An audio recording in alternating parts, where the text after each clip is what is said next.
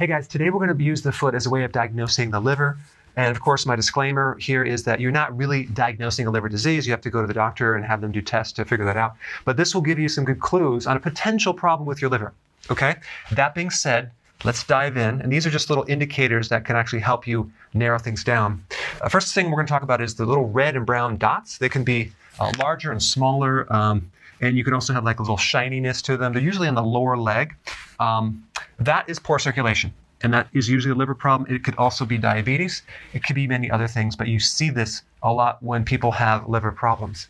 So the actual appearance of the lower leg and the foot gives a lot of great information about the overall health of the person, because the heart has to send blood all the way down to your feet and then back through the vascular system.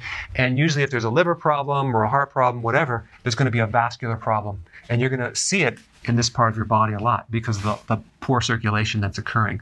So a lot of these problems happen at the greatest distance from the heart. And also even with diabetes, for example, you see neurological problems in your feet and your hands because of that fact, because it affects the distal fingers, which is the point furthest away from the heart. Okay, so you'll see red and brown little discoloration type specks on the lower leg, and then something called spider veins, or another name would be spider nevus, which usually see this in cirrhosis. And what's happening to the liver is you're building up a lot of estrogen.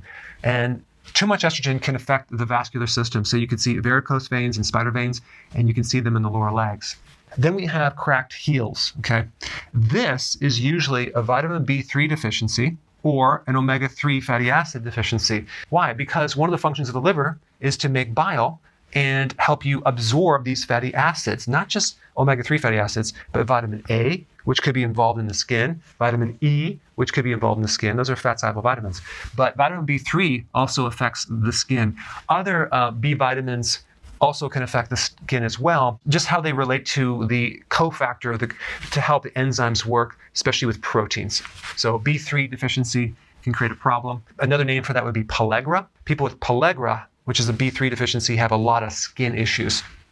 All right, itching of the foot, usually in the bottom of the foot.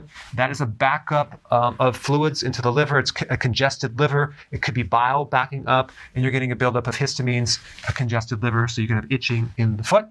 Also, you can have pain or inflammation in the bottom of the foot. A lot of times people associate that with something called plantar fasciitis, when it's really not plantar fasciitis. It's just a liver problem. And then you also have hot feet. Hot feet is another symptom of a bad liver. And then we have bad odor. So you have smelly feet. Why? Because the liver is not able to detoxify correctly, and it's backing up through the skin. Usually if the liver's bad, the person's diet is pretty bad, and their entire body is backed up with garbage, especially the large intestine and the kidneys, and it's coming out through the skin. So you can't just have a really terrible, unhealthy, bad liver and have a very healthy kidney or colon. If one is bad, they're usually all pretty congested and unhealthy. Okay, pitting edema. That's where you press your finger into the lower leg and it leaves a dent and it just stays there. That's fluid backup. That's a common liver symptom. Then we have fungus, toenail fungus. People with liver problems have a higher level of fungus growing on their body because they usually have an imbalance in the microflora in the gut.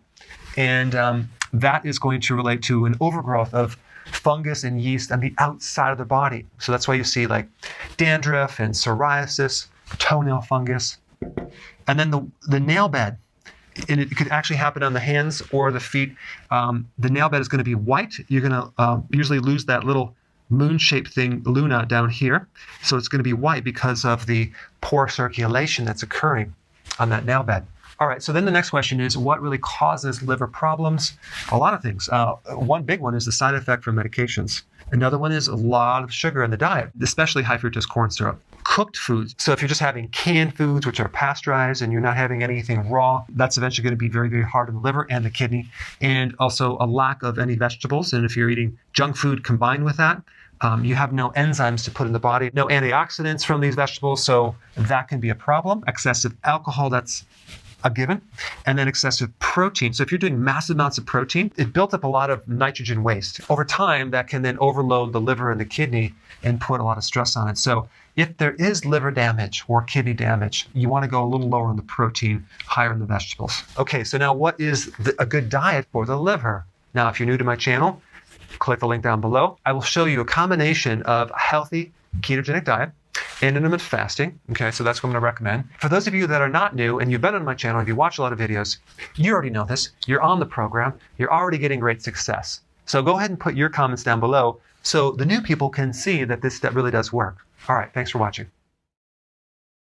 Hey, if you're liking this content, please subscribe now, and I will actually keep you updated on future videos.